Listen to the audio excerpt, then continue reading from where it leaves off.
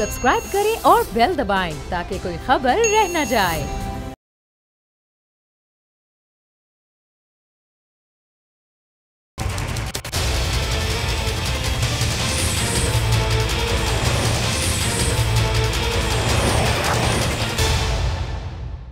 अस्सलाम वालेकुम, आप देख रहे हैं प्रोग्राम बस बहुत हो गया। मैं हूं अरबाज जहांगीर। एहतसाब अदालत ने शहबाज शरीफ को 14 रोज़ा जिस्मानी रिमांड पर नैब की तहवील में दे दिया। नून लीग के सदर अपोजिशन लीडर शहबाज शरीफ को नैब ने गुज़िश्ता रोज़ लाहौर हाई कोर्ट से अबूरी जमानत खारिज होने पर आमदन से जायद असासों और मनी लॉन्ड्रिंग के केस में गिरफ्तार किया था। नैब की टीम ने शहबाज शरीफ को अदालत के रूबरू पेश किया, जहां जज जवादुल हसन ने नैब रेफरेंस की समाअत की। शहबाज शरीफ ने अदालत में दलाल देते हुए कहा कि मैं अपना केस खुद लड़ूंगा। उन्होंने कहा कि जज साहब, मेरे वकला ने हाई कोर्ट को बताया कि मेरे खिलाफ नैब के किसी गवाह ने बयान नहीं दिया। जब मेरे वालिद साहब का इंतकाल हुआ था तो हम जद्दा में थे। हम तीनों भाइयों और एक बहन ने जायदाद को तकसीम किया। पाकिस्तान आते ही मैंने वो जायदाद अपने बच्चों के नाम कर दी। मेरे ऑफिस होल्डर होने की वजह से मेरे बच्चों के कारोबार को नुकसान पहुंचा। मैंने पंजाब के काश्तकारों का नुकसान नहीं होने दिया। सरकारी खजाने का नाजायज इस्तेमाल नहीं किया। मैं जानता हूं कि यह पैसा गरीबों, यतीमों, बेवाओं और आम शहरियों का है। शहबाज शरीफ का अपने दलाइल में यह भी कहना था कि मुझे 2017 में पंजाब हुकूमत के चीफ सेक्रेटरी ने समरी दी। समरी में कहा कि पंजाब में चीनी इजाफी है, एक्सपोर्ट करना चाहते हैं। मैंने कहा कि अच्छी बात है, चीनी एक्सपोर्ट होनी चाहिए। मैंने उस वक्त होशो हवास से फैसले किए। मैंने नशे या भंग पीकर फैसले नहीं किए।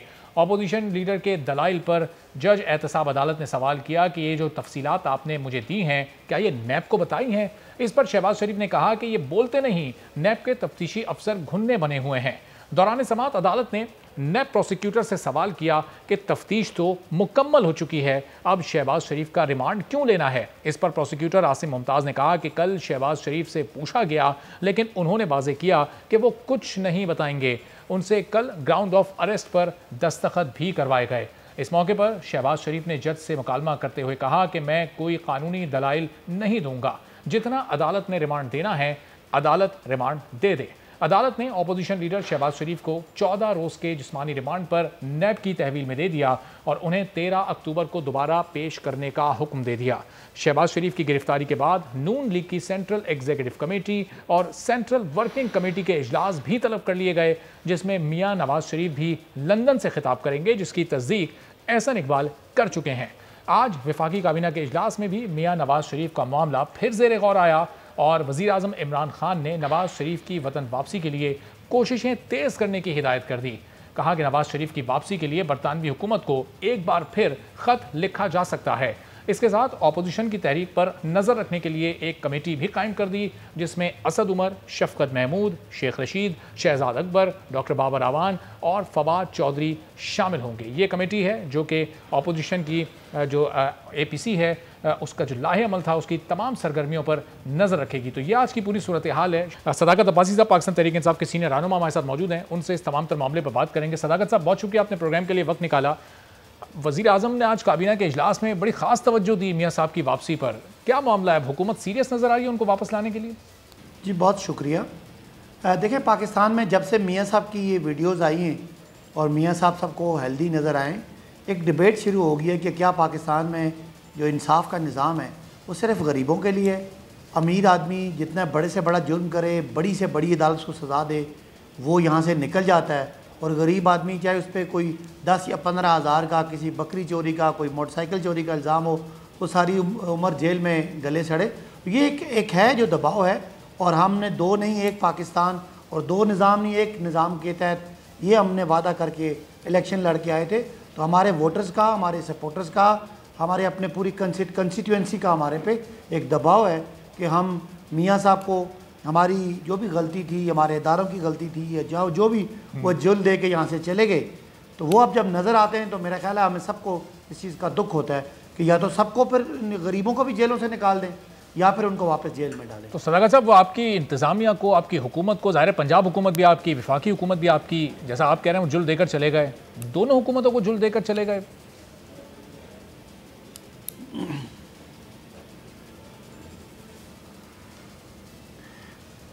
देखिए ना, उस वक्त मियाँ साहब की जो पोजीशन नज़र आ रही थी, बज़ाहिर जो एक मीडिया में या एक ओवरऑल परसेप्शन बनाया गया, आपकी पॉलिटिकल लीडरशिप ने, हमारे एलाइज ने, हमारी अपोजिशन ने, इलेक्ट्रॉनिक और प्रिंट मीडिया ने जो एक वेव बनाई, उसके तहत एक खौफ सा तारी हो गया कि खुदा न खास्ता वो कोई ज़िंदगी और मौत की कशमकश में। लिहाजा इस वक्त इंसानी हमदर्दी के तहत उनको जाने देना चाहिए और वो अपना कोई बेहतरीन इलाज करवा सकें ताकि वो आके वापस आएँ। लेकिन हमने देखा कि 8 महीने में उन्होंने कोई एक इंजेक्शन नहीं लगवाया, कोई एक टैबलेट नहीं खाई, एक दिन अस्पताल में नहीं गुजारा। वो मज़े से कभी हमें कॉफ़ी पीते नज़र आए, कभी हमें वो सियासत करते नज़र आए, कभी वो मीटिंग्स करते, कभी वो प्रेस कॉन्फ्रेंसेस करते नज़र आए। तो उसके बाद ज़ाहिर है एक बड़े ज़ोर व शोर से, शद्दोमत से ये आवाज़ आई कि ये तो हमारे साथ धोखा हो गया। तो हुकूमतों की गलती नहीं है, वो उनका उस वक़्त इंसानी हमदर्दी, खुदा तरसी और बीमारी की हालत में उनको सियासत से बालातर होकर डील करने की बात थी। लेकिन मियाँ साहब ने इस बात की बिल्कुल ख्याल नहीं किया और वो बिल्कुल सबके सामने पबंगे दौल इस तरह फिर रहे हैं जैसे उन्होंने इदारों को और हमारे पूरे निज़ाम का मजाक सही। लेकिन सदाकत साहब, अब चूंकि मियाँ साहब ने APC में बड़ी लंबी तकरीर की थी और उसके बाद हुकूमती सफ़ों में कुछ खलबली भी मचती दिखाई दी। अब अगले 3 रोज़ में मियाँ साहब को फिर 2 बार खिताब करना है। 2 इजलास तलब किए गए, एक सेंट्रल वर्किंग कमेटी का नून लीग का, एक एग्जीक्यूटिव कमेटी का। क्या उन खिताबात से अब हुकूमत थोड़े सा खौफ खा रही है, डर रही है? मियाँ साहब के हवाले से एक्टिविटीज़ दिखाई दे रही हैं, काबीना इजलास में भी इस पर बात हुई। देखिए, पाकिस्तान में एक मिसाल मौजूद है। इससे पहले अल्ताफ़ हुसैन भी यहाँ से बाहर गए और पाकिस्तानी अदालतों को मतलूब थे, इश्तिहारी थे। वो वहाँ से तकरीर करते थे और कौमी इदारों पे, अदालतों पे, फ़ौज पे और दीगर कौमी इदारों पे वो बड़ी तनकीद करते थे और बड़ी हर्जाराई करते थे। तो उनको फिर आखिर में डिसाइड किया गया कि उनकी पाबंदी लगा दी गई, उनकी तकरीर को सुनना या उनके ख़िताब को इस तरह लाइव चलाने पे। इसी तरह मियाँ साहब के बारे में भी अगर जो उन्होंने आखिरी तकरीर की है, और बड़े ही अफसोस की बात है कि जिस अदालत ने माजी के तमाम रिकॉर्ड, तमाम नज़ीरों के बरक्स, तमाम जो प्रेसिडेंट्स है उनको छोड़ के मियाँ साहब को बीमारी की हालत में ज़मानत दे के बाहर भेजा। मियाँ साहब उसी अदालत के फ़ैसले का मजाक उड़ा रहे हैं, उसी अदालत के को किसी और का ताबे कह रहे हैं। और वो जो 3 इलेक्शन में वो वज़ीर आज़म बने थे, उन्हीं तीनों इलेक्शंस को वो कह रहे हैं वो रिग्ड इलेक्शन थे। वो अपनी एग्जिस्टेंस की, अपने वजूद का ही इनकार था। और जिस जगह वो बैठे हुए थे और जिसकी मेहरबानी से, अदालतों की मेहरबानी से वो बैठे हुए थे, रैंप की वजह से बैठे थे, उन्हीं का मजाक उड़ा रहे थे। तो ये बड़ा मशहूर कौल है हज़रत अली का कि जिससे भी आप कोई नेकी करें उसके शर से बचें। तो ये अदारों ने उनसे नेकी की, हुकूमत ने उनसे नेकी की कि उनकी उस वक़्त उनको जाने दिया। आज जिन्होंने ज़मानतें दी उन पे भी, और जिस हुकूमत ने उनको छोड़ा उन पे भी वो अपना पूरी तरह शर जो है वो दिखा रहे हैं। तो मेरा नहीं ख्याल कि ये चीज़ें हुकूमत ने इंसानी हमदर्दी के तहत नेकी में जाने दिया, या वो अभी जैसा आपने कहा था कि वो जुल्म देकर यानी बेवकूफ़ बनाकर चले गए। ये तो 2 अलग अलग चीज़ें हैं। वो बेवकूफ़ बनाकर गए या हुकूमत ने इंसानी हमदर्दी के तहत जाने दिया? देखिए, 2 बातें होती हैं। जब कोई बड़े से बड़ा मुजरिम, इवन कोई दहशतगर्द भी या कोई कातिल भी, डाकू भी, जब उसको वो ज़ख्मी हो जाए तो फिर उसको मारने का हुक्म नहीं है कि उसको बचाएं, उसकी ज़िंदगी बचाएं, उसको पूरा प्रोसिक्यूट करें। तो ये इनके जो जराइम थे ज़ाहिर है वो उससे ज़रा कम करप्शन के जराइम थे। इसलिए जब उनकी सेहत की बात आई तो सब इदारों को या सब हुकूमत को, सब शख्सियात को एक तरस से रहम आ गया। तो उसको आप यही समझें कि हम सब ने, उन्होंने इतनी अच्छी एक्टिंग की कि हम सब इस बात पे हुए। लेकिन जो ही वो जहाज़ पे चढ़े, जहाज़ पे बैठे, जितने वो हशाश बशाश हो गए, वहाँ से लगा कि वो बीमार कम और वो ड्रामा ज़्यादा कर रहे थे और वो जुल्म देने वाली बात ज़्यादा सच्ची साबित हुई। हमें भी अपनी गलती का एहसास है कि हमें शायद मज़ीद तहकीकात कर लेनी चाहिए थी और ये जो तर्स का फैक्टर था इसको कम और शक का फैक्टर हमें ज़्यादा रखना। तो सदाकत साहब, ये ऑल पार्टीज़ कॉन्फ्रेंस के बाद एकदम से मियाँ साहब की वापसी की बात, शहबाज शरीफ साहब की गिरफ्तारी, शाहिद खाकान साहब की तलबी, फिर मौलाना फजलुर रहमान साहब की तलबी, ये महज इत्तेफाकिया मामलात हो रहे हैं या वो जो फिर अपोजिशन इल्ज़ाम लगाती है कि ये गठजोड़ है, नैब और हुकूमत आपस में मिले हुए हैं और ये इंतकामी कार्रवाइयाँ हैं, फिर उनके इस मुतालबे को भी तो तक़वियत मिलती है इतनी पैदर पे कार्रवाइयों के बाद?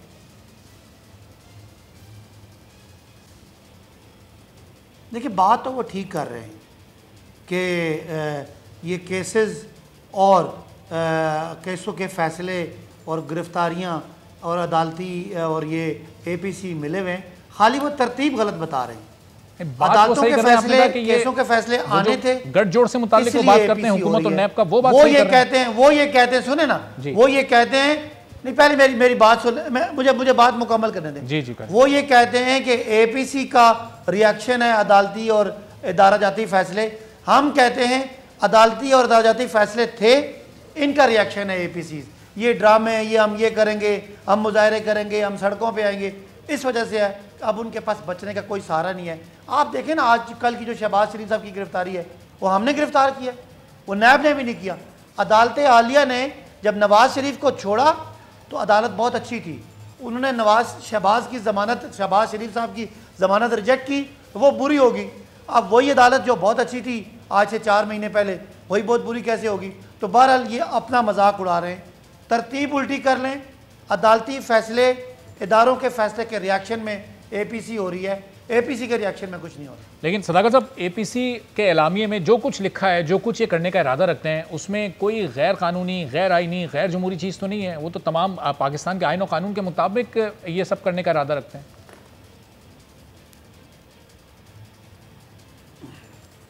और कह कौन रहा है?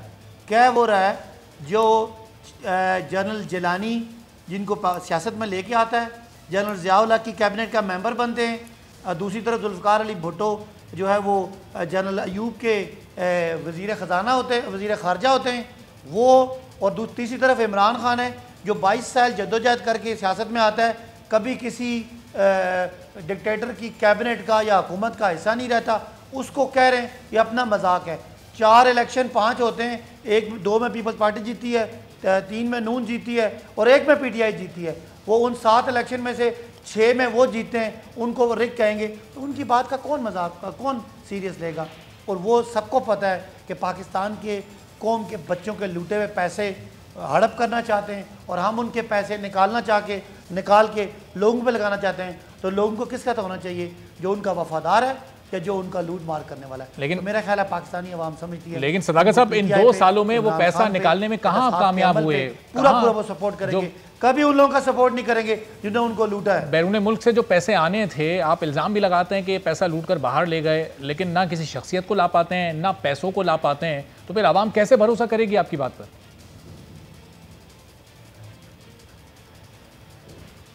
देखिए, ये आपका सवाल भी ठीक है और आवाम की जो इस्तराबियत है ठीक है कि हमने सबको पकड़ा, अभी तक पैसे तो नहीं वसूले। गो कि नैब कहता है कि उन्होंने 450 अरब वसूल किया, लेकिन ये जो बड़े बड़े मुल्ज़मान और मुजरिमान हैं, आप जब कहते हैं कि हमने पकड़ा तो फिर वो नैब और हुकूमत का गठजोड़ साबित हो जाता है। मेरे लिए भी बात से एक आपने पकड़ा या नैब ने पकड़ा या इदारों ने पकड़ा? हमसे मुराद मुल्की इदारों ने, हम भी इदारा हैं। देखें ना, हम ही इदारा हैं। आज हम नैब का कानून ख़त्म कर दें तो नैब कुछ नहीं कर सकता, तो हम तो नैब के साथ खड़े हैं ना। इनको आइंदा करप्शन करने वालों को खौफ होगा। किस करप्ट आदमी को खौफ हो रहा है? वो जो आटा माफिया है, वो जो चीनी माफिया है, वो जो मेडिसिन माफिया है, उसको तो कोई खौफ महसूस नहीं हो रहा। वज़ीर आज़म कितनी वार्निंग्स दे चुके, मेडिसिन की कीमत बढ़ रही है, चीनी की कीमत कहाँ से कहाँ पहुँच गई, आटे की कीमत बढ़ रही है। माफियाज के आगे तो आपकी हुकूमत बेबस है, अभी तक कोई कार्रवाई सामने नहीं आई।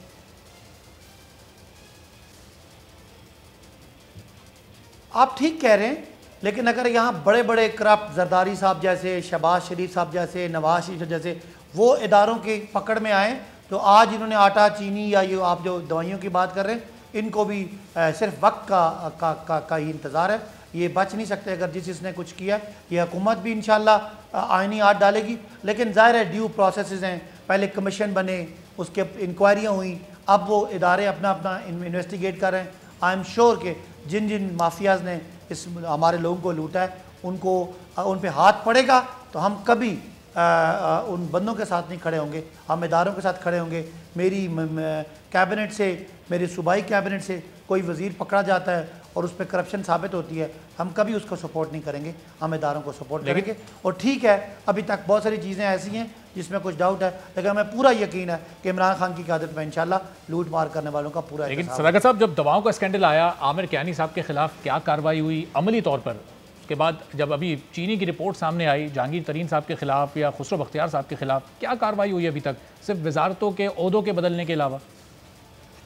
ये तो अपने लोग हैं आपके, इन पर तो आप कार्रवाई करके मिसाल कायम कर सकते थे। देखिए, जितना अरसा अलीम खान पे इल्ज़ाम लगा रहा, वो अलीम खान को वजारत से हटा दिया गया। आमिर कियानी साहब पे अगर इल्ज़ामात पता नहीं लगे हैं कि नहीं लगे, लेकिन जब से आवाज़ आई है वो वजारत से हट गए। जहांगीर तरीन साहब जितनी कमेटियों में से वहाँ से हट गए। अब ये हमारा काम नहीं है, अगर हमारा वज़ीर कोई करप्शन करता है तो इदारे आज़ाद हैं, नैब जिसने पकड़ना है, अगर नैब अलीम खान को पकड़ सकता है, नैब सब्तैन खान को पकड़ सकता है, नैब इमरान खान सब केस बना सकता है, नैब परवेज़ खट्टर के खिलाफ केस बना सकता है, तो नैब सब के खिलाफ कार्रवाई कर सकता है। किसी तरह नैब को ना कोई रुकावट है। हाँ, उनका अपना तरीकाकार है, कौन सा केस कहाँ किस स्टेज पे है ये आप और मैं नहीं बता सकते। और जरदारी साहब और नवाज शरीफ साहब मेनली उन केसेस में पकड़े गए जो बहुत पुराने हैं, जिन पे प्रोसेस पूरे हुए हैं। तो अगर ये प्रोसेस हमारे केसेस पे भी अगर पूरे होते हैं और अगर कोई करप्शन की किसी एलिगेशन पे जान होती है तो मेरा ख्याल है इदारों को कोई मना नहीं करेगा। हम पूरी तरह समझते हैं कि इदारों को अपना करप्शन रोकने के लिए हर हद तक जाना चाहिए। तो सदाकत साहब, वो जो आपकी पार्टी का बयानिया था, इमरान खान साहब जब दायरे अपोजिशन में थी, आपकी जमात जब फरमाते थे कि जब मुल्क में महंगाई बढ़े तो समझ लो कि वज़ीर आज़म करप्ट है, चोर है, इस बयानिए पर अभी तक कायम है आपकी जमात और वज़ीर आज़म खुद?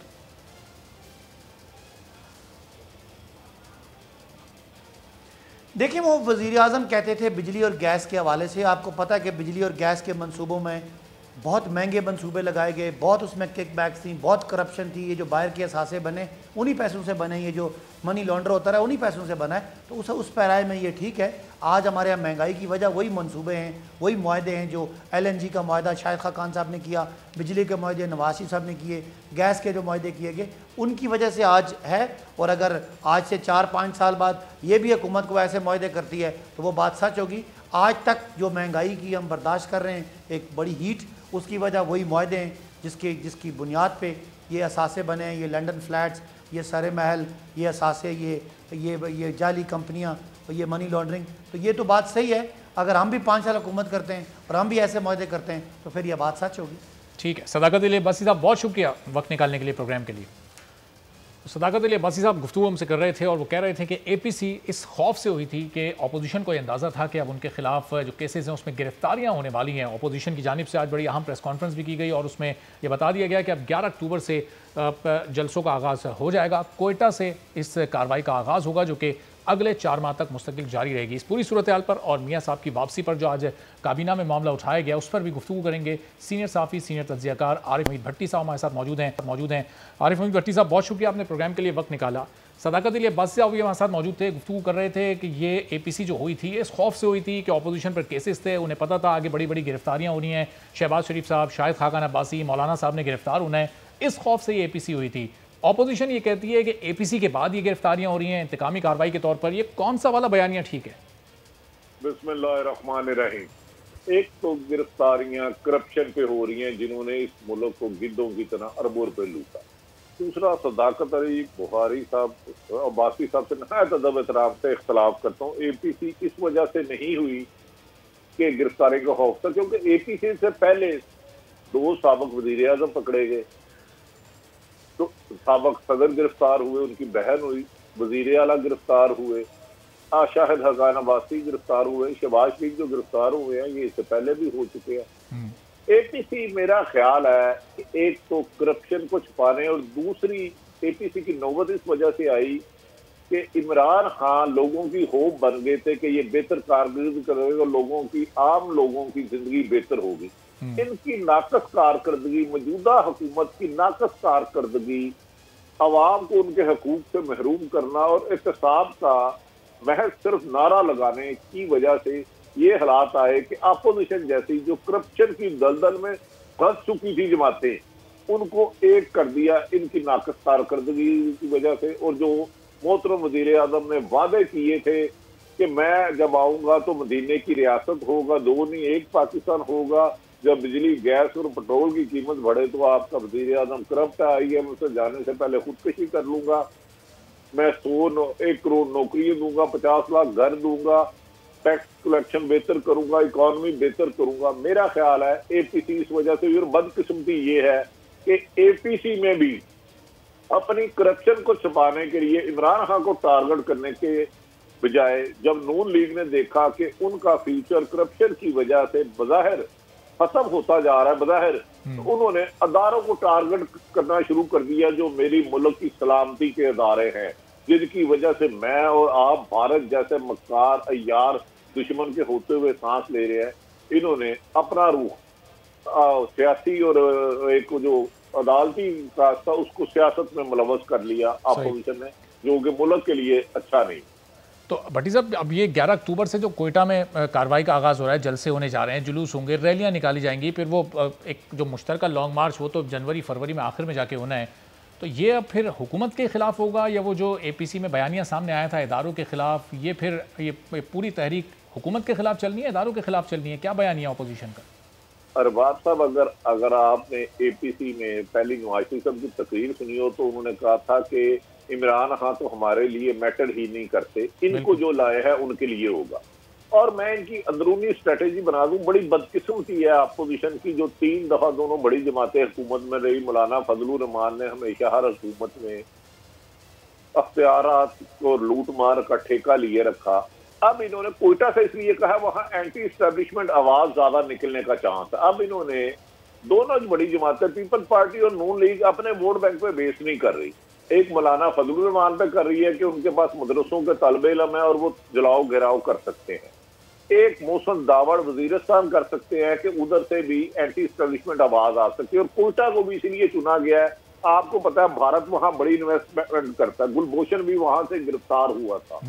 तो ये एक सियासी तहरीक को या एक कानूनी जंग को मेरा ख्याल है अदारों के खिलाफ ऐलान बगावत करते हैं। इमरान खान को तो वो खुद कहते हैं कि इमरान खान की हुकूमत तो है ही नहीं, इसको लाने वालों से तो मेरा ख्याल है ये बयानिया जिसे आपने सुना होगा, बेनजीर ने कहा मेरा और मेरे वालिद के बयानिए का बोझ कोई नहीं उठा सकता। तो जो है ही बोझ, इसको कोई किसी को क्यों इनका बोझ उठाए। तो भट्टी साहब, ये इशारा किस तरफ था? अपनी जमात में ही किसी को पॉइंट आउट कर रही थी मरियम साहबा ये बात करते हुए, कौन नहीं उठा सकता ये बोझ? देखिए, उन्होंने अपनी जमात को भी टारगेट किया, अपने चचा को भी किया और ये कहा कि वो मफामती सियासत के हमेशा कायल थे। कि वो खातून नहायत अदब एहतराम से मोहतरमा मरियम साहबा कहे मेरे और मेरे वालिद का बयानिया एक बोझ है, धरती पर बोझ है या जमात पे बोझ है या मुल्क पे बोझ है या सियासत पे बोझ है, इसकी डेफिनेशन तो वही करेगी। बज़ाहिर ऐसा लग रहा था, वो तासुर तो ये था कि वो बयानिया इतना मजबूत है, इतना भारी भरकम है कि वो शायद कोई जो कमजोर कंधे हैं वो उसका बोझ नहीं उठा सकते। देखिए, वही ना, कमजोर कंधे या कोई भी पाकिस्तान का शहरी, मैं आप या जितने भी लोग हैं, हम अपने मुल्क के अदारों को गालियां तो किसी कीमत पे नहीं देंगे। अगर कहीं अदारा कोई गलत इंटरफेरेंस कर रहा है तो उसको नहीं करना चाहिए, यकीनन नहीं करना चाहिए, ये कभी भी अच्छा नहीं होता। लेकिन इस तरह अपनी करप्शन को छुपाने के लिए क्या अदारा 2013 में वो अदारा अच्छा था जिन्होंने इसको गोंद ले लिया, 2008 में साथ ही रहेगा। इस पर मजीद भी गुफ्तगू करते हैं। एतजाज हसन साहब पीपल्स रहनुमा भी हमारे साथ मौजूद हैं। एतजाज साहब, अब ये 11 तारीख से APC जलसे करने जा रही है, जुलूस करने जा रही है, शहबाज शरीफ साहब गिरफ्तार हैं। अगर मौलाना फजल रहमान, शाहिद खाकान अब्बासी जिनकी आगे पेशियां लगी हुई हैं, ये भी गिरफ्तार हो जाते हैं तो कितना बड़ा धचका लगेगा इस APC के एलामिये को और आगे होने वाली तहरीक को? नहीं, मेहनत तो करनी पड़ेगी APC वालों को और करनी चाहिए, जलसा बड़ा करना चाहिए।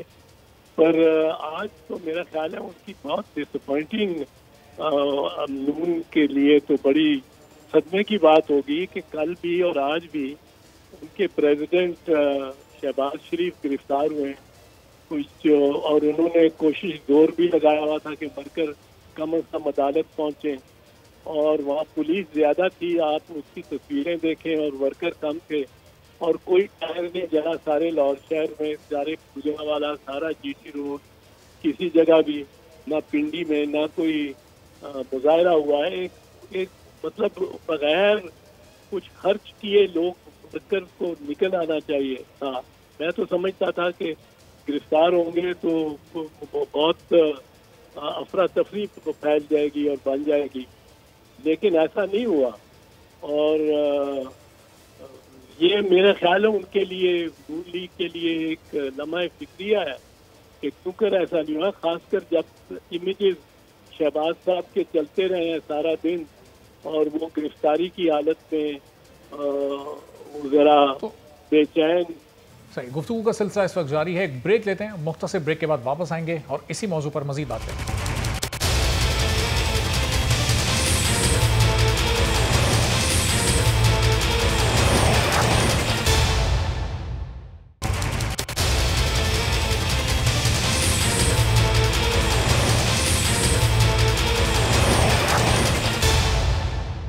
एतजाज साहब, जब मियाँ साहब लंदन से वापस आ रहे थे, शहबाज शरीफ उनको लेने एयरपोर्ट नहीं पहुंच सके थे। कल शहबाज शरीफ साहब गिरफ्तार हुए, नून लीग ने कोई एहतजाज नहीं किया जैसा आप भी कह रहे हैं, तो ये फिर ऐसा महसूस हो रहा है कि ये वाकई नून में से शीन निकलने जा रही है? ये तो मैं नहीं कह सकता। नून में से शीन निकलेगी या नहीं निकलेगी, नीम ज्यादा अहम हो जाएगी। नून नीम शीन जो वो उनकी उसकी ज्यादा बाइख्तियार हो जाएगी।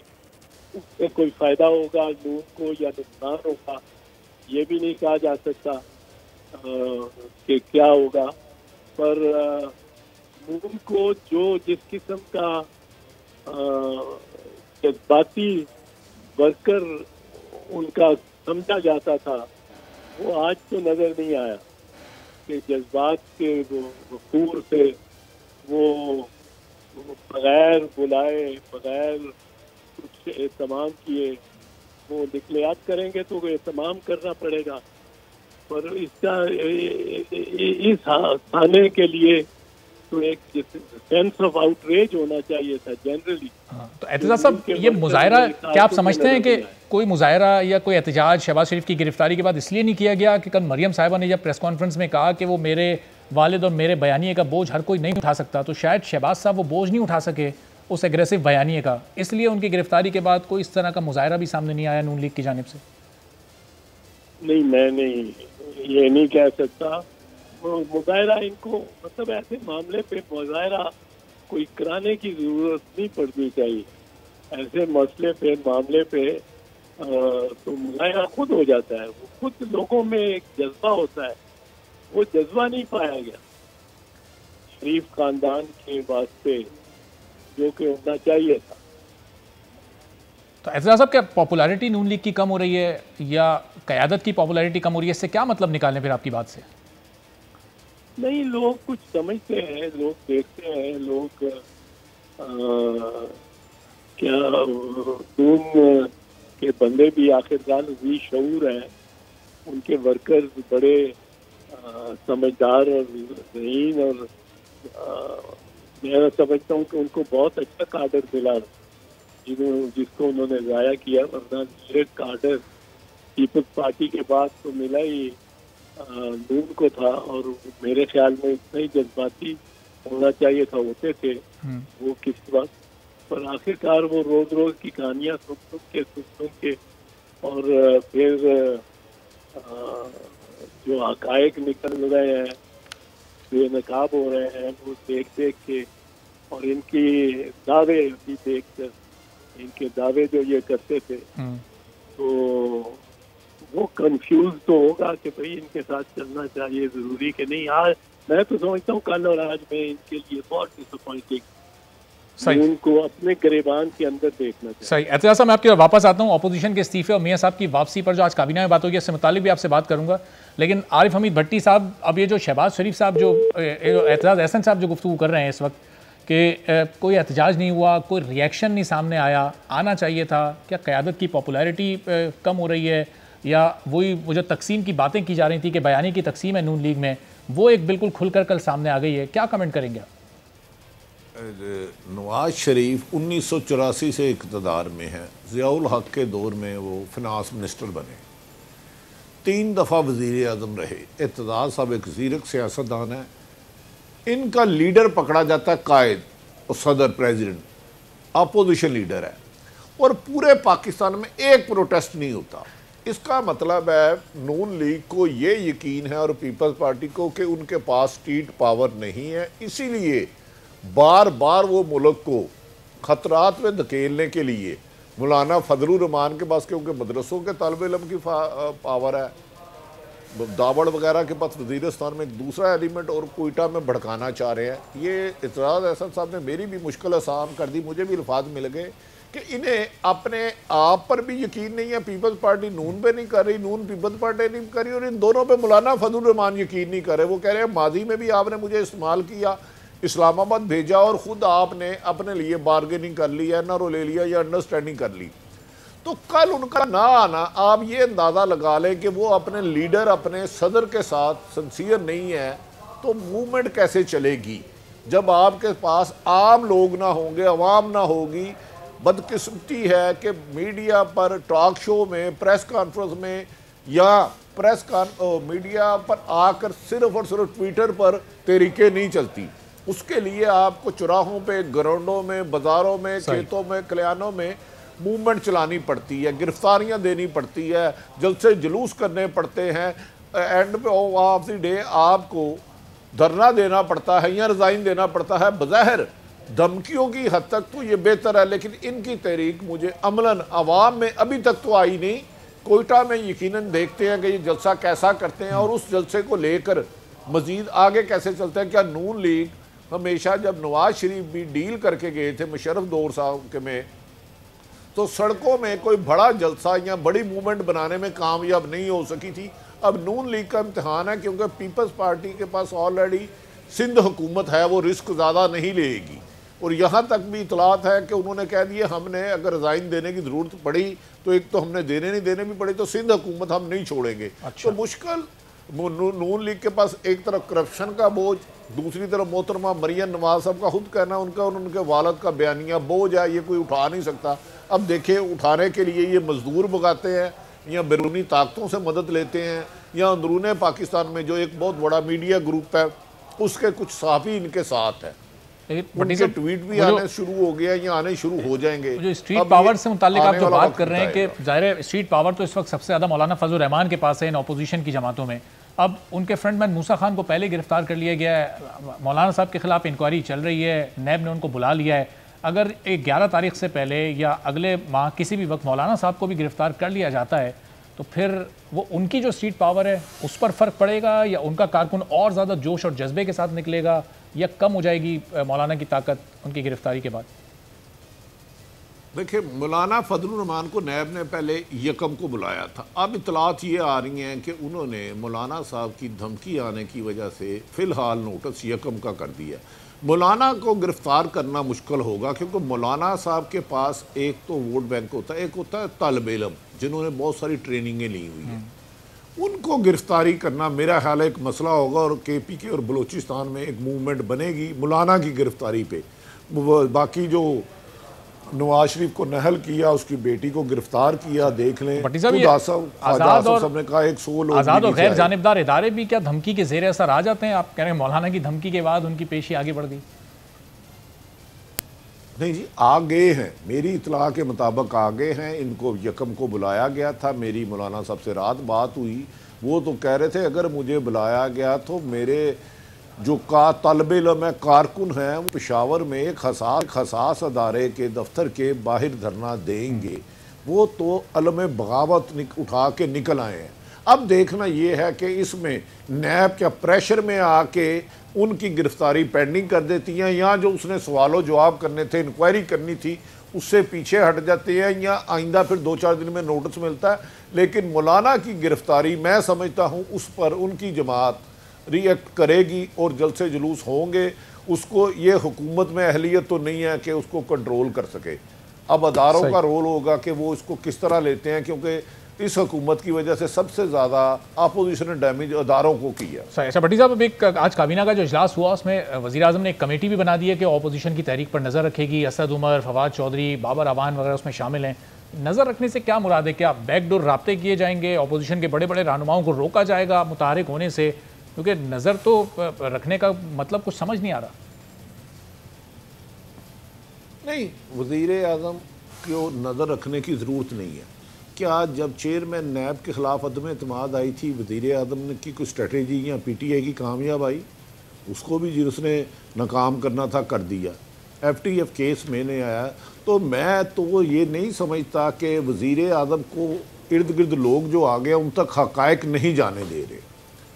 वो नज़र रखने की पोजीशन में नहीं है, बिल्कुल भी नहीं है। मुझे डर है कि वो दोबारा अदारों को आगे ना करें, और अदारों को आगे करना बेहतर ना होगा क्योंकि नून लीग और मौलाना फजलुर रहमान, महमूद खान अचकज़ई ये अदारों के ख़िलाफ़ तबले जंग बचाते रहे हैं माजी में, और अल्लाह ना करे ये हो अब ख्वाहिश इस पर हुकूमत अब इंडिपेंडेंट हो जाए और इसको कानूनी तरीके से खुद टैकल करे, सियासी तरीके से टैकल करे, अदारों के पीछे ना छुपे। क्योंकि अगर आप कह रहे हैं नज़र रखेंगे क्या, असद उमर की क्या कोई सुनेगा? मुझे बता दें उनमें क्या अहलियत है? उनकी कोई बात नहीं सुनेगा। इन्हें तो मौलाना को इंगेज कर सकते थे ये 2-3 महीने पहले, लेकिन हर तकरीर में इमरान खान साहब ने मौलाना को डीजल डीजल कह के इतना उन्हें एग्रेसिव कर दिया है कि बज़ाहिर मुझे लगता है कि वो इनसे बात भी नहीं करेंगे मौलाना साहब। हाँ, पीपल्स पार्टी और नून लीग मैं समझता हूँ किसी भी वक्त किसी भी बड़े NRO की तरफ जा सकती है, और ये आप 8 अक्टूबर से पहले अगर ये कोई डील कर लेती है जमात, जो कि माजी में करते रहे हैं, तो फिर इत्तेहाद बनने से पहले ही टूट जाएगा। लेकिन इसके लिए मेरा ख्याल है हुकूमत को अपनी अहलियत दिखाना होगी, जो बज़ाहिर बादिउल नज़र में नज़र नहीं आती। ठीक है, बहुत शुक्रिया। आरिफ हमीद भट्टी साहब, सीनियर तज्ज़ियाकार, सीनियर सहाफ़ी हमारे साथ मौजूद थे और इससे APC का अब जो आगे तय है उस पर गुफ्तगू कर रहे थे। एक ब्रेक लेते हैं, ब्रेक के बाद वापस आएंगे तो मज़ीद मौज़ूआत पर बात करेंगे। हमारे साथ रहिए।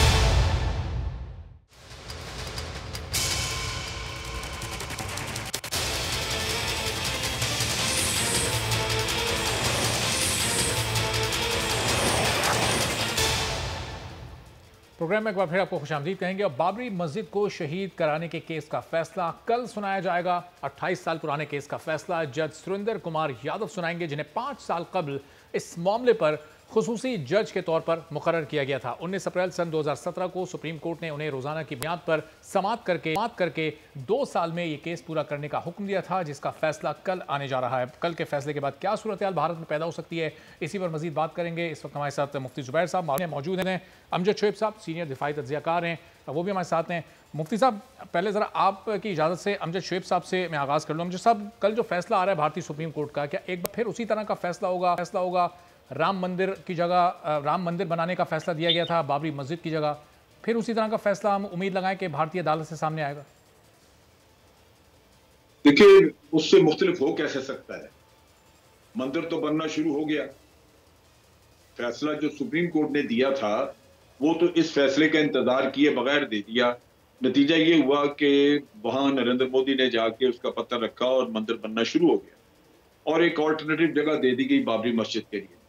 अब वहां पे मस्जिद बनती है नहीं बनती वो अलग बात, लेकिन अब अगर कोई फैसला मुख्तलिफ भी हो तो वो बेकार है। इसको इतना देर तक लटकाए रखने का मतलब ही यही था कि सुप्रीम कोर्ट जो फैसला करे उसी के ताबे एक और फैसला आ जाए। तो मेरा नहीं ख्याल कि इससे मुख्तलिफ होगा। सुप्रीम कोर्ट को ये किसी भी सूरत में झुटलाएंगे नहीं। मसला ये है कि भारत में आज जितनी अदालतें हैं वो मुसलमान को इंसाफ देने को तैयार ही नहीं। वो गाय के गोश्त के ऊपर मारे गए सड़कों पे लोग, उनका केस ले लीजिए, समझौता एक्सप्रेस का ले लें, वहां पे गुजरात के कत्लो गारत का ले लें, सब छूट गए, सबको फारिग कर दिया। किसी के ऊपर कोई इल्जाम ही नहीं है, सबूत नहीं है। ये वो तमाशा है जो कि वहां पे जो अदालतें हैं, जो बनाना रिपब्लिक की अदालतें हैं, वो सिर्फ हिंदू की अदालत है। बिल्कुल सही। वहां के मुसलमानों और जो फैसले दे रहे हैं उनको नवाजा भी जा रहा है। मुफ्ती साहब, जो भारतीय सुप्रीम कोर्ट के चीफ जस्टिस हैं रंजन गोगोई, जब इन्होंने ये फैसला दिया हिंदुओं के हक में, मुसलमानों के खिलाफ, तो नरेंद्र मोदी ने इन्हें पार्लियामेंट का मेंबर बना दिया। इसका मतलब कि भारत में जो भी मुसलमानों के खिलाफ फैसला देगा उसको इस तरह से नवाजा जाएगा। मुफ्ती साहब, बिस्मिल्लाहिर्रहमानिर्रहीम, हम्दुलिल्लाहि व नसल्ली अला रसूलिल करीम, अम्मा बाद। मुझे इनसे किसी खैर की कोई तवक्को नहीं है, और ये RSS की अदालत है, अदालत नहीं है, कमीनगाह है। और सच्ची बात ये है कि ये इंसाफ की मक्तलगाह है, यहाँ पर जुल्म होता रहा है। आप अंदाज़ा लगाइए, तारीखी शवाहिद को भी सुप्रीम कोर्ट ने अंडर डिबेट लाना ही गवारा नहीं किया। एक मशहूर हिंदू मुअर्रिख है, और वो मशहूर हिंदू मुअर्रिख जो हार्वर्ड यूनिवर्सिटी का बाकायदा लेक्चरर है, उसने अपनी किताब डार्क शेडो के अंदर वाज़े तौर पर लिखा। 2001 के अंदर इंग्लैंड के अंदर ये किताब छप चुकी है। उसने किताब के अंदर लिखा है कि बाबर ने बाकायदा हिंदू किसानों से ये बंजर जमीन खरीद कर मस्जिद बनाई थी। ये सारे तारीखी शवाहिद कोर्ट के अंदर पेश किए गए थे, लेकिन उसको अंडर डिबेट तक नहीं लाया गया। वो खुद हिंदू मुअर्रिख ये कहता है, मेरिलन रोस उसका नाम है, बाकायदा तौर पर ये सारे शवाहिद उसने पेश किए।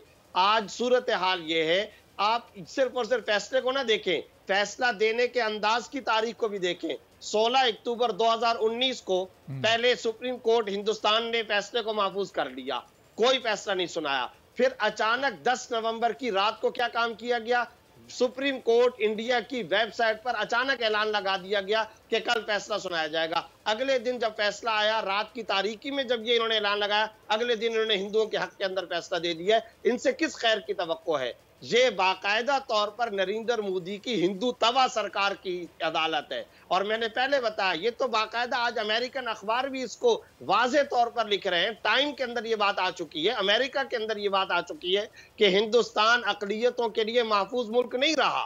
वो सिखों के लिए, ईसाइयों के लिए, पारसियों के लिए, बुद्धिस्ट के लिए, मुसलमानों के लिए, किसी अकलियत के लिए वो महफूज मुल्क नहीं रहा है। नरेंद्र मोदी की जो सोच है, जो जहनियत है, वो आप देखते हुए चले आ रहे हैं। और वो तो हर वक्त कातिल को अवार्ड देने के लिए तैयार खड़ा रहता है। उसका अपना सियाह और बदतरीन चेहरा क्या अहमदाबाद और गुजरात के अंदर सारी इंसानियत और दुनिया ने नहीं देखा? कश्मीर के अंदर नहीं देखा? इसलिए मुझे इनसे किसी खैर की कोई तवक्को नहीं। सही। तो अमजद शोएब साहब, अभी कुछ अर्सा पहले जब दिल्ली में वहाँ फसादात देखे गए थे, कत्लेआम किस तरह से मुसलमानों का हुआ था, उसमें भी मसाजिद को शहीद किया गया था, लेकिन वहाँ भी किसी को सज़ा नहीं हुई। इस तरह का निज़ाम किस तरह चलता रहेगा? अदालतों को कैसे अपनी मर्जी के फैसले देने पर मजबूर किया जा रहा है? ये फिर वहाँ लोग कैसे आगे जी सकेंगे? नहीं, मजबूर नहीं किया जा रहा, ये तो एक वॉलंटरीली ये काम किया जा रहा है। बात यह है कि जब आपने हिंदुत्व का प्रचार किया, आपका ये मैनिफेस्टो में नंबर 1 पॉइंट था, और वो आपने ये सोचा कि मुझे सिर्फ हिंदू वोट के ऊपर तकिया करना है। अगर मुसलमान वहां पे वोट देता है, नहीं देता है, तो कोई फर्क नहीं पड़ता। नतीजा ये कि ये सारा किस्सा अब एक तरह की हिंदू रियासत बन गई। आप सुब्रमण्यम स्वामी का बयान देखिए जो उन्होंने कोई 2 महीने पहले दिया। उसमें उनको बीबीसी की रिपोर्टर पूछ रही हैं कि जनाब यहाँ पे मुसलमानों का कत्लेआम हुआ, ये अकलियतें हैं, इनके भी तो हकूक हैं। तो उन्होंने वाज़ेह कहा कि अकलियतों के हकूक नहीं होते, हकूक होते हैं मेजॉरिटी के, और उनको उनके साथ चलना पड़ता है। तो जहां ये हालत हो, वहां असल में जो प्रॉब्लम है वो ये है कि यहाँ के मुसलमानों को सोचना चाहिए। मुसलमानों में तो वहां पे यूं लगता है कि सांप सूंघ गया। उसमें सबसे बड़े मुजरिम जो हैं वो देवबंद के लोग हैं। देवबंद के मौलाना हजरात जो हैं वो मिले हुए हैं, मोदी को वेलकम करते हैं, पाकिस्तान का झंडा जलाते हैं। उन लोगों की करतूतें देख के तो शर्म आती है। अगर वो उनमें थोड़ी सी भी गैरत हो तो इन लोगों को, अपने मुसलमानों के आइंदा बाल बच्चे का ख्याल करें कि इनकी आइंदा नस्लें महफूज हो जाएं, ना कि उनको गुलामी की ऐसी जंजीरों में जकड़ रहे हैं कि वो आइंदा नस्लें भी शायद अपना मजहब बदलने पे मजबूर हो जाएं। क्योंकि उनको तो वहां घर वापसी का दर्श दिया जा रहा है कि आप हिंदू थे, मुसलमान हो गए, वापस आ जाइए। तो ये जो जुल्म वहां पे चल रहा है, ना मुसलमान उसके लिए खड़े हैं। हम यहाँ बेशक तड़पते रहें, उनके लिए दुआएं करते रहें, लेकिन वहां के उलमा और वहां के अक्सर मुसलमान वो इस गुलामी को कबूल करने के लिए तैयार है। तो मैं समझता हूँ कि मुसलमान की बुनियादी सरिश्त के खिलाफ है। पता नहीं किस किस्म के लोग हैं, मुसलमान की बुनियादी सोच के खिलाफ है ये चीज जो वहां पे हो रही है। जी मुफ्ती साहब, जो अमजद शोएब साहब नुक्ता उठा रहे हैं कि वहाँ के मुसलमानों को मुत्तहिद होकर एक कुव्वत के तौर पर सामने आना चाहिए, अरे तभी इन मसाइल में कमी आ सकती है। छुटकारा हासिल करना तो बहुत मुश्किल है, लेकिन कम से कम अपनी कुव्वत का मुजाहरा यकजहती के जरिए तो करें। देखिए, अमजद शोएब साहब काबिल एहतराम शख्सियत हैं और मैं उनकी राय को हमेशा वजन देता हूं, लेकिन मैं एक बात अर्ज करना चाहता हूं कि हम किसी भी मकतब फ़िक्र के हवाले से ये पॉइंट आउट कर दें कि फलां मसलक वाले, जैसा कि उन्होंने देवबंद का नाम लिया, मुनासिब तर्ज अमल नहीं है। अलीगढ़ के अंदर मुसलमानों पर जुल्म हुआ, तमाम उलमा वहां पर खड़े हुए। हाल ही के अंदर तौहीन रिसालत का जो वाक़या पेश आया, सारे के सारे मुसलमान वहां पर खड़े हुए। ओवैसी साहब से लेकर सियासी लोगों से लेकर के दूसरे हजरात भी अब तंग आ चुके हैं, नरेंद्र मोदी के खिलाफ वो खड़े हैं। और फिर साथ साथ में जिस मदरसे या मकतब फ़िक्र के बारे में वो फरमा रहे हैं कि झंडे जलाए पाकिस्तान के, बाकायदा दारुल उलूम देवबंद की ऑफिशियल तरदीद आ चुकी है कि वो वीडियो हमारे इदारे से ताल्लुक नहीं रखती है। तो मैं ये अर्ज करना चाहता हूँ, हम सारे के सारे हिंदुस्तान के मुसलमानों को पैगाम देना चाहते हैं, नरेंद्र मोदी के खिलाफ खड़े हो जाएं। ये जालिम की हुकूमत है, किसी अकलियत को ये हुकूमत रहने नहीं देगी। इसने कश्मीर के अंदर भी तबाही मचाई है, गुजरात के अंदर भी बर्बादी मचाई है, इसने अहमदाबाद के अंदर भी बर्बादी मचाई है, और वहां के मुसलमान मजलूम है। आप देखते नहीं आए दिन क्या वीडियो सामने आ रही हैं। एक मुसलमान नौजवान को पकड़ा जाता है, हिंदू तवा के दाएं बाएं सारे के सारे लोग खड़े होकर के उसको घोंसे मारते हैं, डंडे मारते हैं। हुकूमत की सोच की पस्ती आप देखिए कि यूपी के वजीर आला योगी आदित्यनाथ, वो वहाँ जिन इलाकों के नाम मुसलमानों के नामों से मंसूब हैं उनको तब्दील कर रहे हैं, उनको हिंदू नामों में कन्वर्ट कर रहे हैं, लोगों को जान से मारने की बातें कर रहे हैं। फिर पूरी दुनिया, अरब मुमालिक इस पर खामोश हैं। का जो अभी मद्रास में जो तौहीन रिसालत का ताज़ा वाक़या पेश आया था, जब मुसलमान वहाँ स्टेशन पर गए, पुलिस स्टेशन पर, तो बजाय इसके कि वो मुसलमानों की दादरसी की जाती, वहां पर बाकायदा तौर पर मुसलमानों के खिलाफ एफआईआर,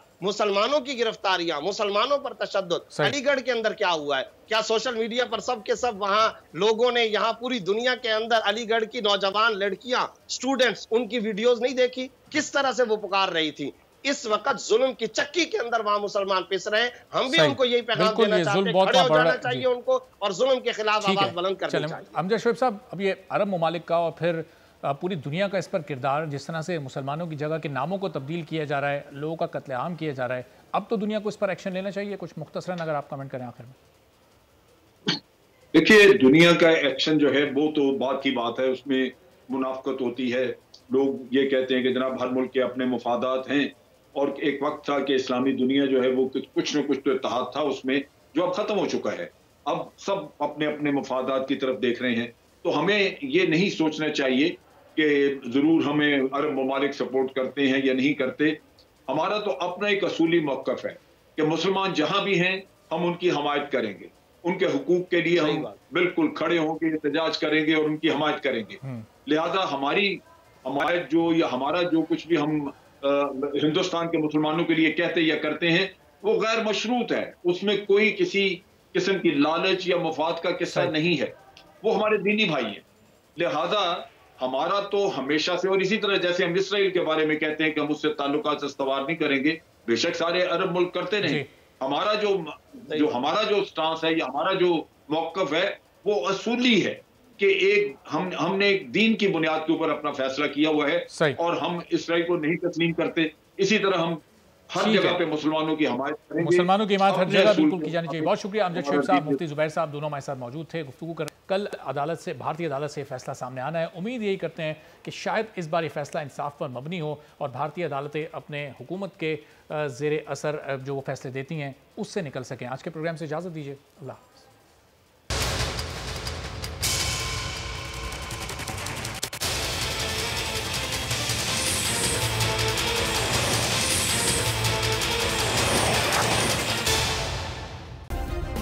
सब्सक्राइब करें और बेल दबाएं ताकि कोई खबर रह न जाए।